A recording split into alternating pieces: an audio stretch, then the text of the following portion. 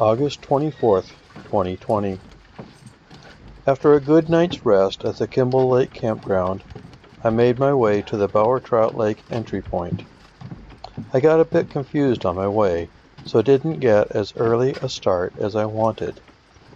While I was taking my gear across the roughly 50-rod or 200-meter portage, I was joined by a group of 4 who were on their way to Swan Lake for a day of fishing. They graciously offered to carry some of my gear for me. My trip was getting off to a great start.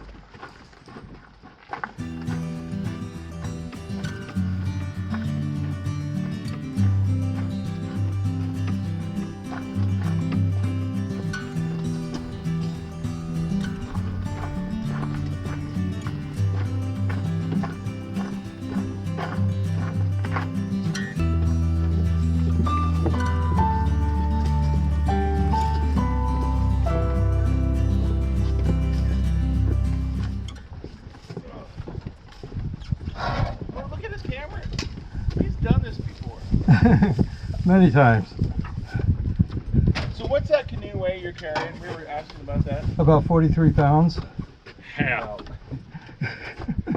What do you want us to do here, Coach? About half of what one of those weighs. We will help you. About half of what one of these weigh? Yeah. What do you want us to do? Baby. What do you want to do to help? We will help you. Oh, okay. That would be great. Ryan's right behind you, so he's asking what you want. Okay. Let me get this in the water. You want us to take the back of the canoe? Let me.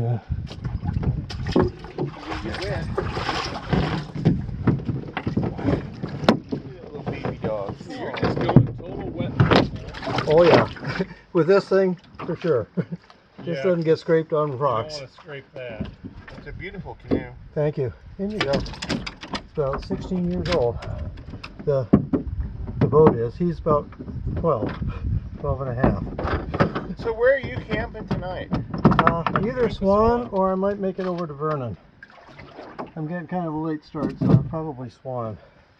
And You're going to do the 100 or 290 rod portage of Vernon? Yep. Wow. Wow. Can I ask you what's wrong with you? Don't take that wrong. People have been asking me that for years. My Where wife you from, especially. My wife, who's not here. Right. Do you have tent or hammock? Tent. He likes to sleep in the tent with me. Mm-hmm.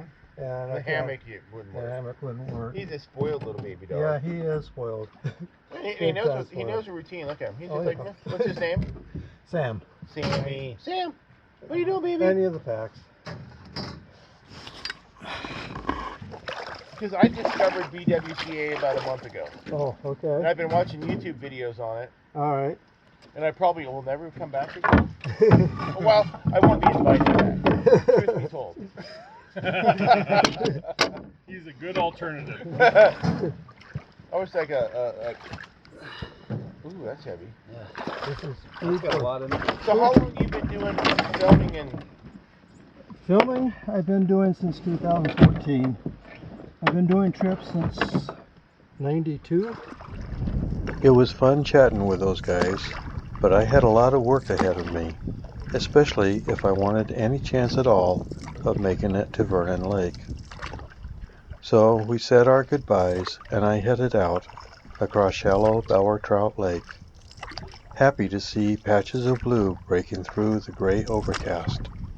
The adventure was underway.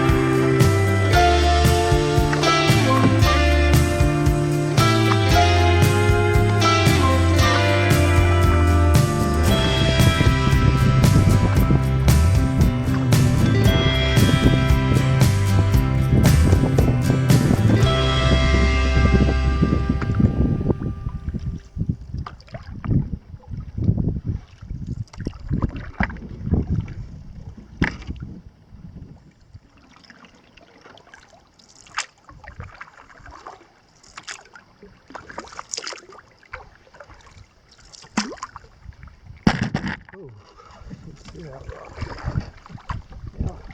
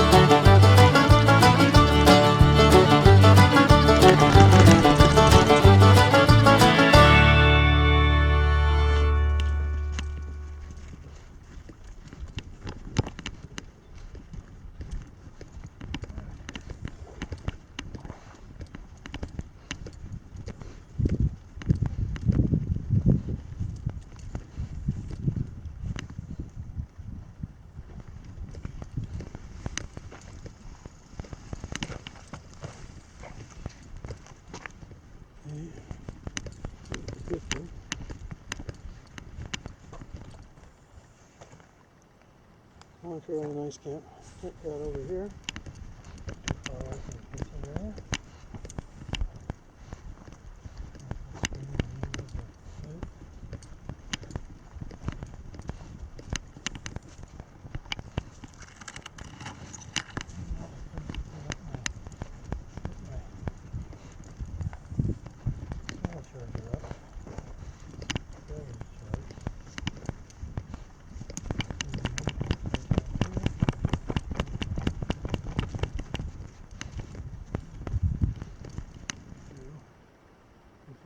Place for my tarp. Not planning on setting one up tonight.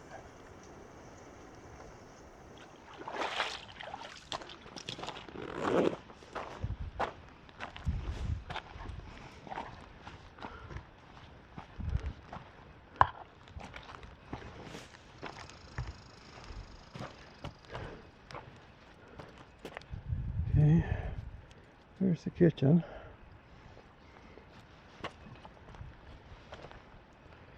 One fairly nice tent pad over here, not too far away from the kitchen area. Nice little screened view of the lake.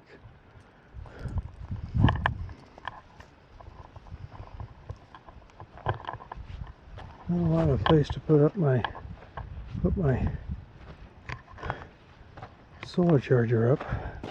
Get some batteries charged.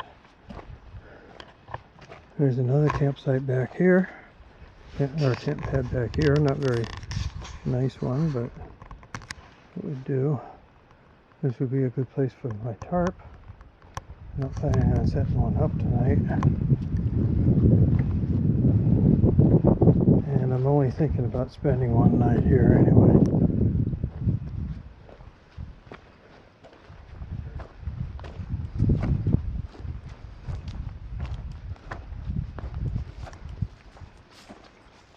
This presumably is the latrine trail back here. So yeah, it's a small site, but I don't need a big one. It's relatively secluded off the beaten track. I couldn't find the other two sites.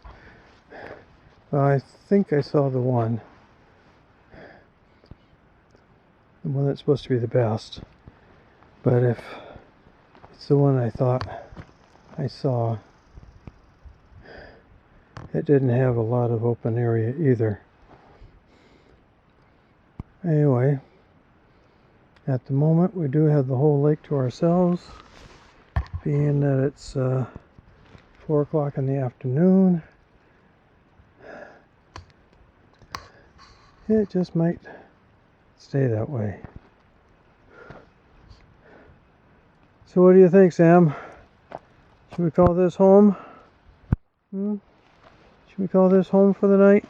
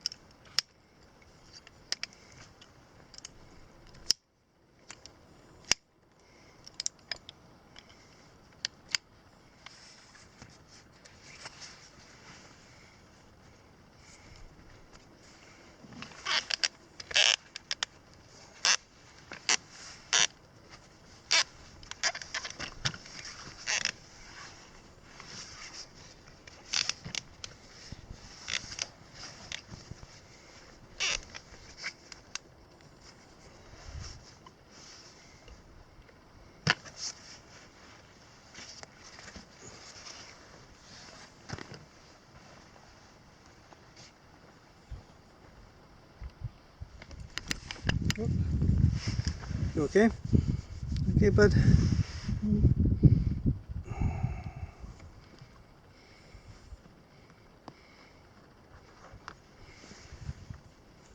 Get these wet shoes off. Yeah.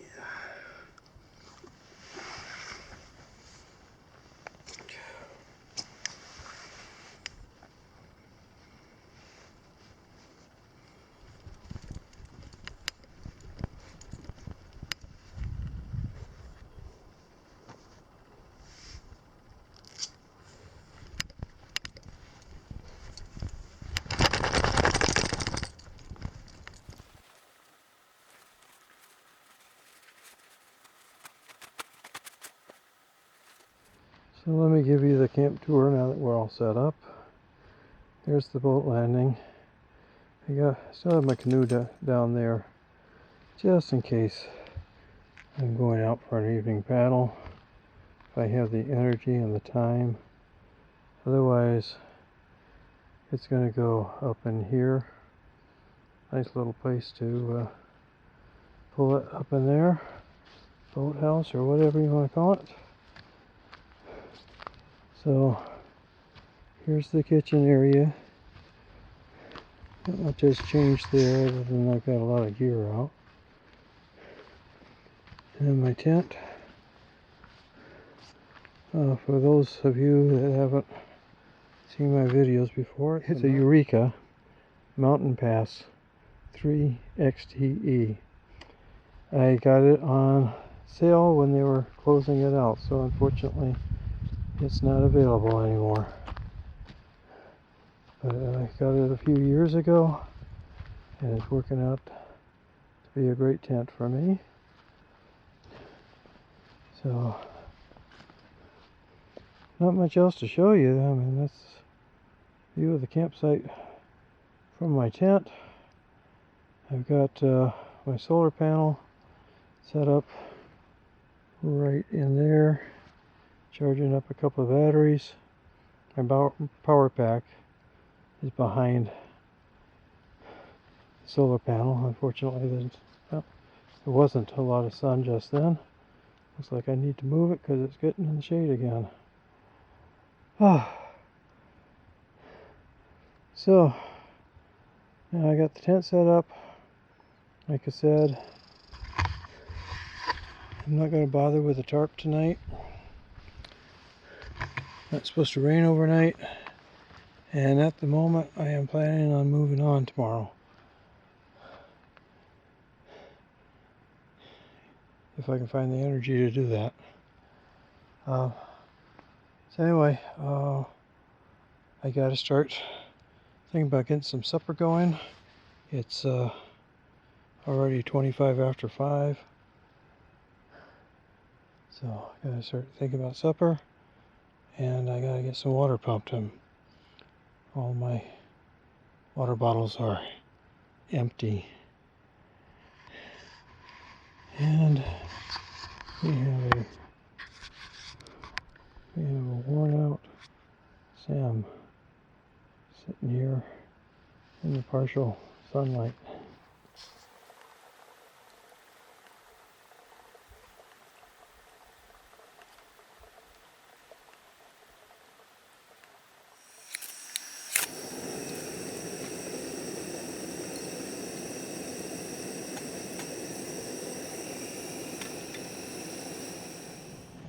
Okay, dinner tonight, of course. First night of the trip. Those who have watched me for a while know what to expect, and you're not disappointed. Mountain House beef stroganoff with noodles. Notice that they've changed their package design now. They got away from the fake backpackers with their fake smiles and have a lot more plain packaging now than what they used to have. So should be the same good meal inside though. Shouldn't matter. So we'll find out. Had spaghetti last night, which was also the new packaging, and it was just fine, so should be okay. For a couple years now, I've had an Ozark Trails quick kit that I bought from Walmart. It was a nice little kit. It had a black pot with a lid and a handle that kept the lid in place. And inside was, well, a couple of bowls and a couple of mugs and various other things. The problem is that it didn't take very long and the coating started coming off of the inside of the pot, and eventually it started rusting and more of the coating is coming off. So I decided to try to get just a pot, and I knew GSI had a similar kit to the Ozark Trails, and I figured GSI would be a little bit better. So I went and I looked. Now the pot that came with my cook kit was a 1.4 liter. What's available from GSI, if you just want the pot and not a kit, is a 1.1 and a 1.8. So, and neither one of them, the pictures I saw and everything, didn't look with, or didn't show whether they were compatible with all the mugs and everything. So in the end, I decided, since I'm usually doing solos, that I'd go with the 1.1 liter pot instead of the 1.8. Well, it turns out it's not big enough around to put my my cups and my bowls and stuff in, but it is big enough where I can put my stove and my fire starting paraphernalia. So I kind of traded off there, but I figured 1.1 ounce was going to be plenty. And it turns out, and it looks, you know, on the surface it looks a lot like my Ozark Trails, except it's not black, it's a dark gray. But it turns out that it boils water so fast. I'm going to save tons of fuel with this, because it just heats up almost instantaneously. So almost too fast. So anyway, that's so let me turn you around and zoom in. There's the pot there, and it's same kind of design as what my other pot was. Has the handle that folds over. The one thing on the Ozark Trails, the pot lid was made out of a rubbery material and had vent holes in it, actually draining holes in it. It was really easy to tell when water was boiling, because the steam would just start pouring out of those holes. Well, this doesn't have that. It has a metal lid, and basically you know that water is boiling when the lid starts dancing. Other than that, like I said, it just heats water incredibly fast. So, and it's lighter than my other pot was too. So it's a win-win on those factors anyway. Okay, well, I'm waiting for my supper to be ready. Let me just fill you in on what I did today, so you can see the map. I started here on Bower Trout. You can't see the entry point, it's off the map. There was a 50 rod portage into Bower Trout. So I came across Bower Trout, and then I did the 90 rod portage into Marshall Lake. And there was a 30 rod into Dugout Lake. Came up through Dugout. There was a rock garden in here, and another rock garden in here. And I did this 35 rod portage basically just into, we're on the, oh, that's actually Skidway Lake. Okay. And then 40 rod portage into this body of water, which is basically, this whole thing is basically the South Brule River. So these are just widenings in the river down here. This one doesn't have a name. Did this 40 rod portage into Swan Lake. Was very, very surprised to find nobody on Swan Lake at all. Now, I looked for and couldn't find either one of these campsites. I think I had a peek at this one, but it kind of went off back into the cedars. And so now online, this is classed as the best campsite on the lake, but I couldn't find it. And I couldn't find this campsite either. I don't know what's wrong with me. But I ended up finding this campsite. On bwca.com, all three of these campsites are rated 3, but in the comments, an average of 3. But this campsite does get a couple of 4 ratings, and in the comments, even people that rated it as 3 said that it's the best of the 3. So anyway, I ended up with this campsite here, and I see why it doesn't get as much attention, because there's not much here for tent pads and whatever. But for me, being solo, I don't need much. It does have a nice landing. These two supposedly have stairs going up to the actual campsite. This one is not, we're not far off the water, so it wasn't much of a climb. Has a nice, like I said, a nice little landing beach, gravel beach, but nice little landing area. And if I were so inclined, it'd be good for swimming too, or wading, whatever, because that beach extends out into the water quite a ways, goes in pretty shallow. So yeah, I would probably rate it as a 3 as well, leaning towards a 4. 4 with the caveat that it's small groups only. You'll be able to fit 2 tents in where I've got mine at a pinch. There is the third tent pad, but it really doesn't look very good. So, you know, at a pinch you could maybe fit 3 tents in here. So yeah, 2 people traveling together in a canoe using 1 tent would be fine. A couple of people using 2 tents would be fine.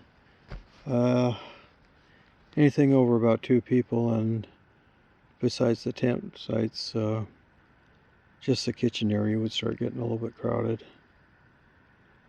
Interesting thing is, with this site, it used to be part of a logging camp, so there's a few artifacts around here. There's this, I think this was a come along. There's something hanging up in the tree over here. There's some chains. Can I show you the chains from here? Sorry, I'm not feeling energetic enough to get up and walk around much. But there's some chains, big heavy chains hanging over, laying on the ground over here.